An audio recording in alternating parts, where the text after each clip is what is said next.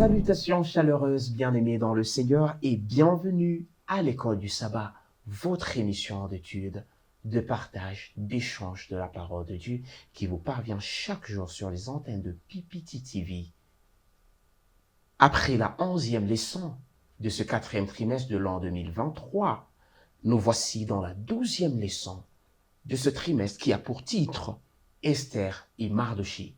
Esther et Mardochée, une histoire intéressante contenue dans la Bible que nous allons exploiter aujourd'hui et y tirer des grands leçons pour notre salut. Et sur ce plateau, pour partager cet enseignement, je reçois deux frères avec lesquels nous allons échanger. Le frère Ézéchiel, bienvenue. Merci beaucoup, frère. Vous vous portez très bien. Je me porte à merveille. Gloire au Seigneur. Nous recevons également le frère Bruno. Bienvenue, frère Bruno. Merci beaucoup. Vous vous portez très bien. Dieu fait grâce, oui. Gloire au Seigneur. Et avant que nous ne puissions aller trop loin dans cet enseignement, nous allons nous humilier et implorer la faveur de Dieu. Et j'aimerais inviter le frère Ézéchiel à nous conduire dans une prière. Humilions-nous pour la prière. Notre roi et notre Dieu, tu voudrais que nous soyons une lumière. Tu voudrais que dans les ténèbres, Seigneur Dieu, les gens trouvent la voie au travers de nous. Tu voudrais que nous soyons le sel de la terre. Alors, Seigneur Dieu, en ce moment, viens parler à nos cœurs. Viens changer nos cœurs de pierre et nous donner des cœurs de chair. À cause de ta grâce, au nom de Jésus-Christ, nous te prions. Amen. Amen. Esther et Mardochée. Esther et Mardochée. Et le verset de mémoire de cet enseignement se retrouve dans le livre d'Ésaïe. Ésaïe 49, le 6e verset. Ésaïe 49, le 6e verset, où il est écrit « Je t'établis pour être la lumière des nations, pour porter mon salut jusqu'aux extrémités de la terre. Je t'établis pour être la lumière des nations, pour porter mon salut jusqu'aux extrémités de la terre. » Et j'aimerais que déjà tu retiennes ceci, je t'établis pour être la lumière et pour porter aux extrémités de la terre. L'histoire d'Esther et Mardochée, c'est l'une des récits les plus inspirants de la Bible. C'est un récit tellement inspirant que beaucoup d'écrivains ont écrit sur cette histoire. Il y a beaucoup de vidéastes, beaucoup de producteurs qui ont produit de vidéos sur cette histoire parce que exactement c'est une histoire d'une famille perdue dans un autre pays, établie dans une ville, une grande capitale et d'où Dieu a tiré une personne de la boue et l'a emmenée de gloire, de grâce en grâce, de gloire en gloire, jusqu'à l'amener à la royauté. Mais c'est aussi une histoire qui cache des enseignements spirituels importants que nous allons étudier ensemble aujourd'hui avec mes invités.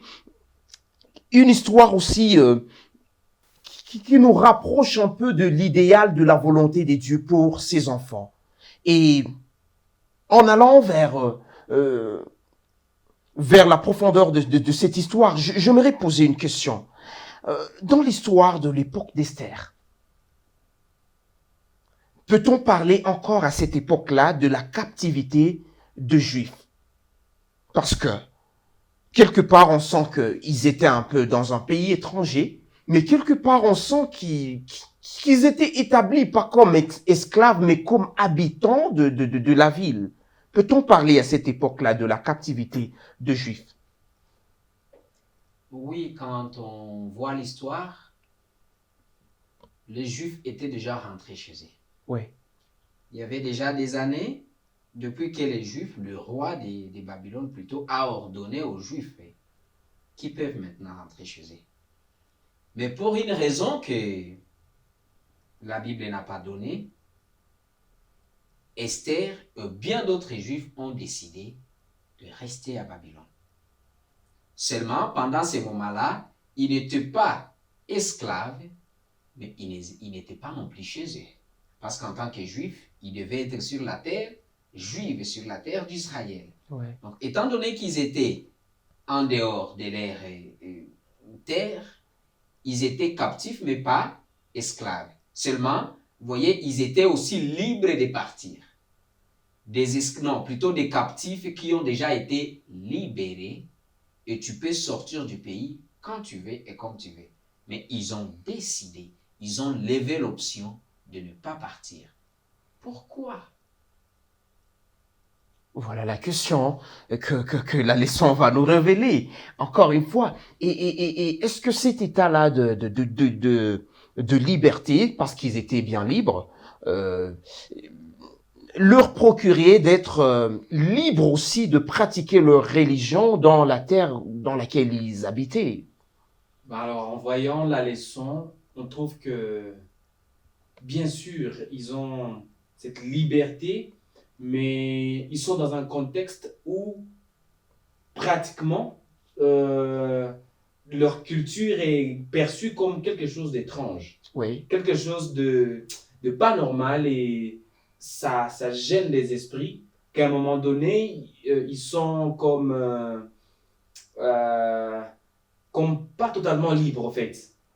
Cette différence devient comme une barrière là où ils sont.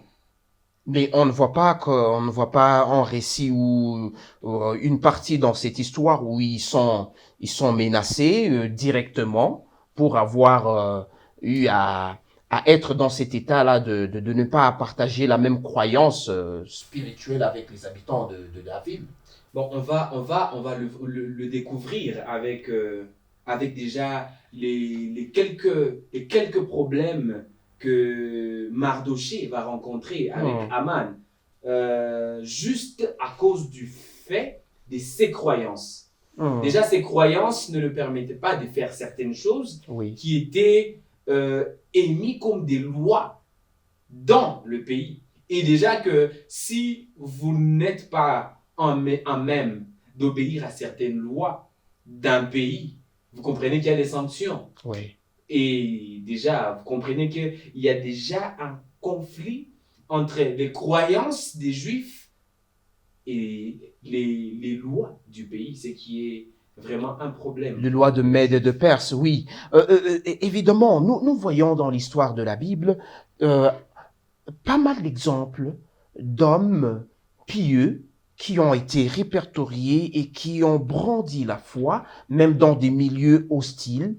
Je pense à Joseph qui arrive en Égypte, vendu par ses frères, bien que vendu par ses frères, mais il brandit la foi dans la maison de Potiphar, même dans la maison du roi. Je vois Daniel et ses compagnons, je vois plein d'autres serviteurs de Dieu qui étaient même proches du régime, proches de grands hommes, mais qui brandissent la foi. Et qu'en est-il de nous à cette époque? Y a-t-il encore ce genre d'intégrité, ce genre de fermeté, de constance spirituelle de nos jours?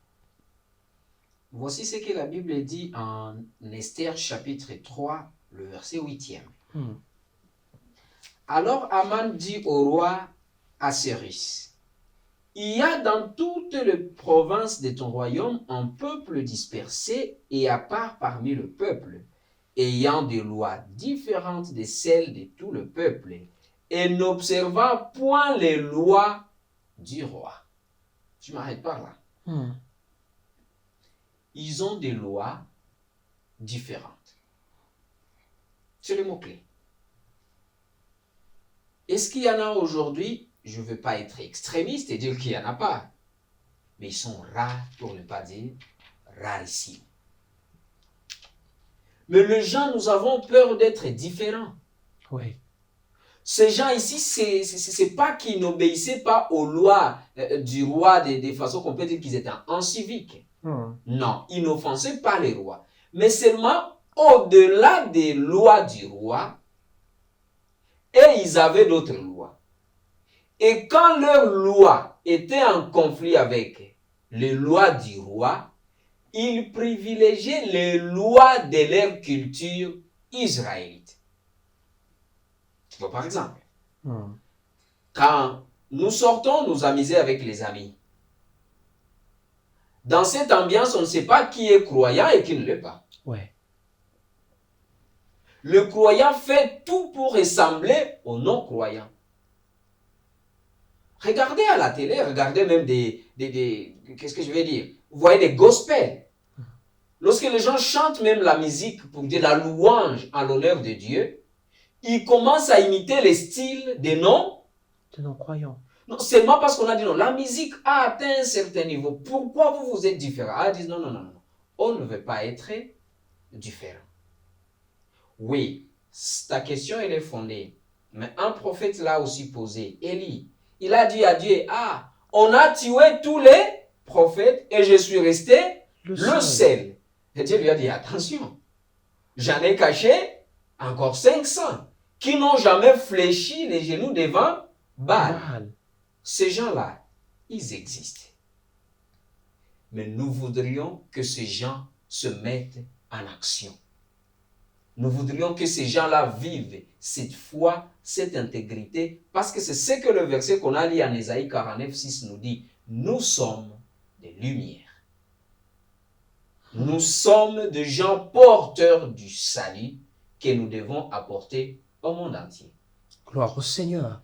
Plaise au Seigneur de nous rendre nous-mêmes ce modèle de différence et de fermeté, de constance spirituelle.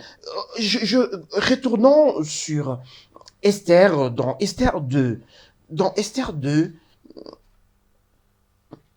je me pose une question. La situation qui est arrivée à Esther, que le roi organise une fête, d'abord, c'est un roi païen qui organise une fête de 6 mois, voyez-vous, c'est un roi extravagant, orgueilleux, qui organise un festin de 6 mois. C'était vraiment un jouisseur, c'était un problématique. Tu t'imagines une fête de 6 mois et les conséquences, bien sûr, qui peuvent en découler et qui détrône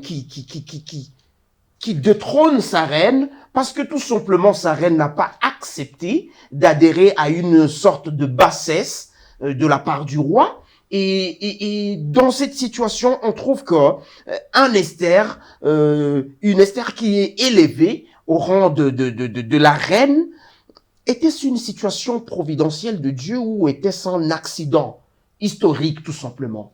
Voilà, j'aime beaucoup ce verset de Proverbe 16, verset 4, qui dit « Le Seigneur a tout fait dans une intention précise. » L'Éternel a tout fait dans une intention précise. Il n'y a rien qui arrive au hasard. Et comme nous l'avions un jour vu dans des leçons précédentes, il est dit que l'Éternel gagne à temps et à contre-temps. Dans toutes les situations, Dieu gagne et il peut utiliser les événements pour un but quelconque. Parce que quand nous voyons la logique de toute l'histoire jusqu'à la fin, nous allons comprendre qu'il y avait un objectif. Nous allons comprendre qu'à partir de ce que les Juifs ont pensé, c'était un problème, c'était un défi. Non, c'était plutôt un moyen de montrer la lumière. Ils étaient là, mais ils étaient cachés. Et Dieu voulait qu'ils sortent, qu'on sente qu'il y a un Dieu, un peuple différent. Et voilà, il y avait un objectif pour tout ça. Ah, voilà, on va y revenir. Mais parlons de Mardoché aussi. Lorsque cette sélection de jeunes filles vierges, belles de figure, belles de taille, qui devaient être présentées devant le roi pour que le roi voie celle qui lui plaît, puisque c'est un roi orgueilleux. Pourquoi Mardoché donne-t-il un ordre à sa cousine qui était comme sa fille, et lui dit expressément, ne révèle pas ton identité, garde cette identité secrète. Pourquoi? Vous aviez un jour chassé? Je pense non. On ne chasse pas. Ouais. Péché? Peut-être non, on n'est pas des riverains, malheureusement. Mais lorsque quelqu'un va à la chasse et que tu prends position, tu as vu la proie, tu l'as dans le viseur. il arrive des fois où on te dit arrête même de respirer pour éviter que ta respiration n'effraie la proie. Tu ne peux pas bouger si tu es dans l'eau en train de pêcher parce que ton mouvement risque de paraître bizarre au poisson qui venait, eh bien il va rentrer. Mais je comprends, c'est tout ce que nous faisons en tant que chrétiens. Lorsque nous venons devant des non-chrétiens, la première des choses à faire, c'est de mettre notre identité en avant comme si c'est ce que Dieu nous demandait. Notre identité, ce n'est pas l'identité de Dieu. Or, l'identité de Dieu est révélée par ce que nous sommes, pas par ce que nous disons ou ce que nous faisons. D'abord par ce que nous sommes. Il dit, ne révèle pas ton identité. Prenons ça comme une stratégie. Réfléchissons d'abord en dehors des Saintes Écritures. Nous savons le pouvoir qui s'accompagne lorsque ta fille est la femme du roi ou la première dame. Et tu te rends compte qu'il y a une information qui annulerait ta candidature. Non, le premier réflexe, c'est que cette information, on fait tout pour la cacher. Mais si on revient à la Bible, si on voit les démarches de Mardochée, on comprend que lui, ce n'était pas un calcul politique. Mais il sait.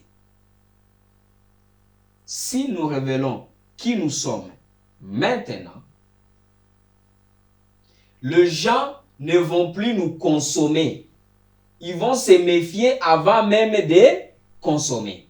Du coup, ils préfèrent que les gens à la cour du roi vivent d'abord avec quelqu'un qui a connu l'évangile et le juger sur base de l'évangile, pas sur base de son appartenance tribale ou ethnique.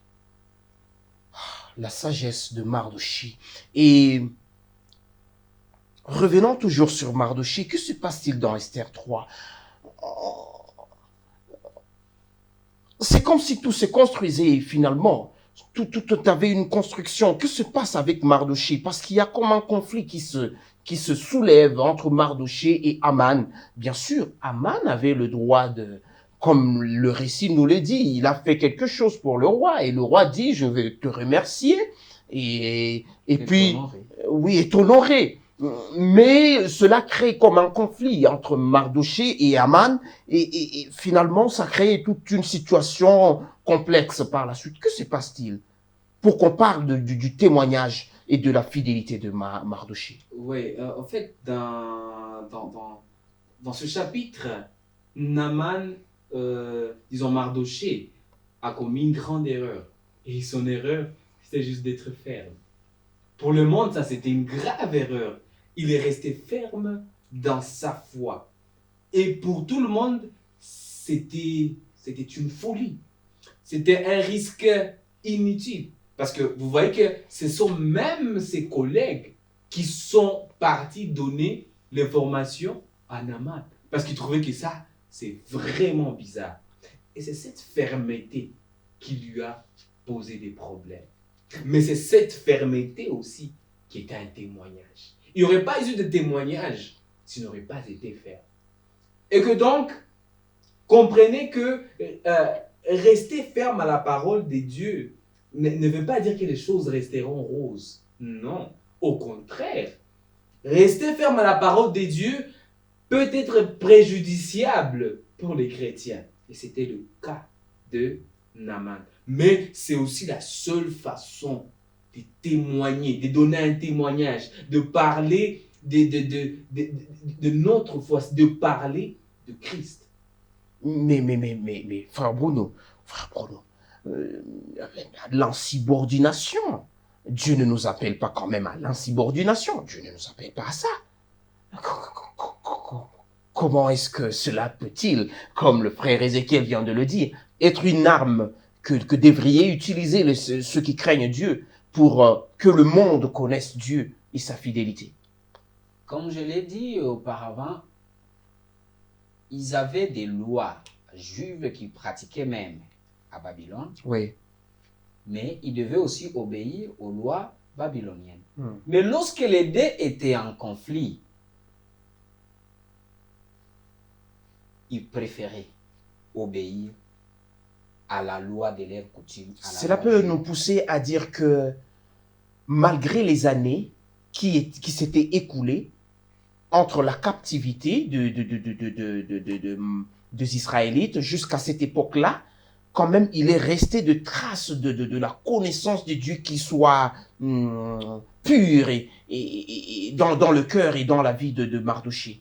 Tu sais que si on parle des années, chronologiquement, je pense, ça c'est mon avis, que même Mardochée lui-même serait né à Babylone.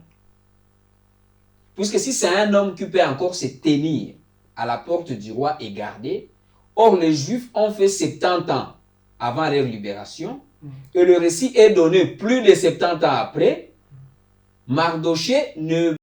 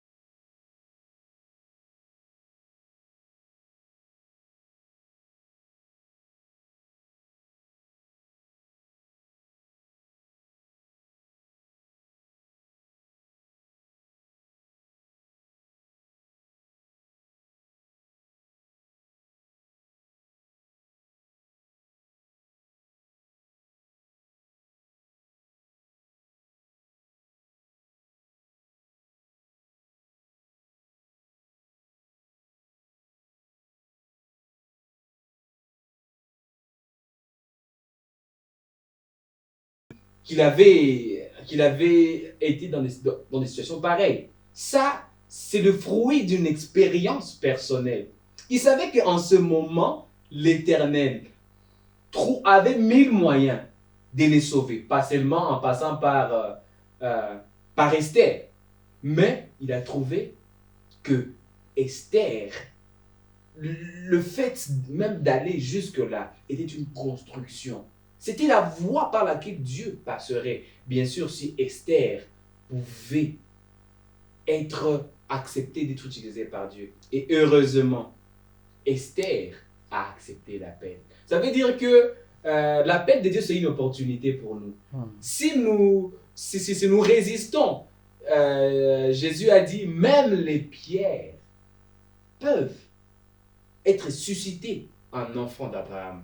Alors que Dieu nous aide à nous donner pour la mission, à accepter l'appel, peu importe le danger. Parce que à chaque fois que Dieu nous donne une mission, il dit toujours, je serai avec vous. Gloire au Seigneur. Gloire au Seigneur. Un mot à ajouter, frère Bruno. Je me demande pourquoi le voisin de Mardochée ne l'ont pas dénoncé que sa fille était juive.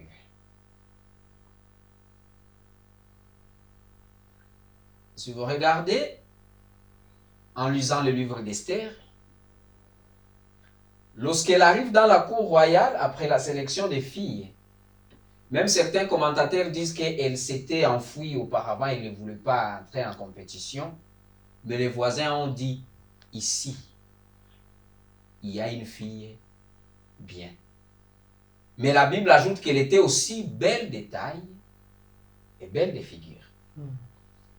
Dans la cour lénique, si vous lisez la Bible, l'énigme a donné plus de privilèges à Esther Oui. qu'à toutes les autres filles. Et il l'a même placée dans une chambre assez luxueuse, assez bien Vous voyez, que toutes les filles. le roi lui-même a choisi Esther. Et même à la fin, lorsqu'Esther vient plaider pour le peuple juif, le sceptre lui a été tendu en signe d'approbation. Regardez à la fin. Le roi a dit plus de 3 fois, quelle est ta demande? Même si ce serait la moitié du royaume, cela te sera. C'est qu'Esther était une femme d'un certain caractère. Esther vivait une certaine intégrité. Esther dégageait des valeurs chrétiennes. Et sur Esther reposait la grâce à cause, pas de ce qu'elle est devenue, mais à cause de ce qu'elle était avant même d'arriver là. Oui, parce que la question se poserait comment un juif, comme Mardochée, laisserait sa fille aller épouser un roi païen extravagant. Mais lorsque Dieu nous envoie, ou je vais plutôt dire, tous autant que nous sommes, avons une mission. Nous sommes dans une mission. Mais si moi je la refuse, il y a quelqu'un d'autre qui l'acceptera. Alors je prie, parce que peut-être quelqu'un va écouter ces messages dans un pays où il ne peut pas se rassembler publiquement pour prier ou pour faire quoi que ce soit. Partout où vous êtes, c'est votre champ missionnaire. Votre bureau, votre champ, votre étalage au marché, au magasin, peut-être votre volant dans un taxi.